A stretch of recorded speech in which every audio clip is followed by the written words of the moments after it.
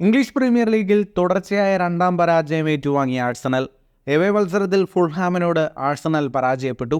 1-നെതിരെ 2 ഗോളുകൾക്കായിരുന്നു ഫുൾഹാമിന്റെ വിജയം. മത്സരത്തിന്റെ 5-ാം മിനിറ്റിൽ ബുക്കായോ സാക്കയിലൂടെ മുന്നിലെത്തിയ ശേഷമായിരുന്നു ആഴ്സണൽ പരാജയം ഏറ്റുവാങ്ങിയത്. ആദ്യ പകുതിയിൽ തന്നെ ഫുൾഹാം തിരിച്ചടിച്ചു. 29-ാം മിനിറ്റിൽ റൗൾ ജിമിനസ് ആണ് ഗോൾ നേടിയത്.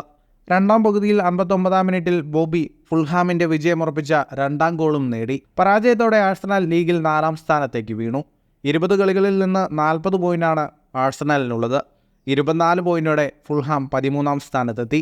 മറ്റൊരു മത്സരത്തിൽ ടോട്ടനം 1-നെതിരെ 3 ഗോളുകൾക്ക് ബോൺമൗത്തിനെ പരാജയപ്പെടുത്തി. 9-ാം മിനിറ്റിൽ പാപ്പെ മാറ്റർസാർ, 71-ാം മിനിറ്റിൽ നായകൻ സോൺ ഹ്യൂമിൻ, 80-ാം മിനിറ്റിൽ ബ്രസീലിയൻ താരം റിച്ചാലിസൺ എന്നിവരാണ് സ്പർസിനായി ലക്ഷ്യം കണ്ടത്.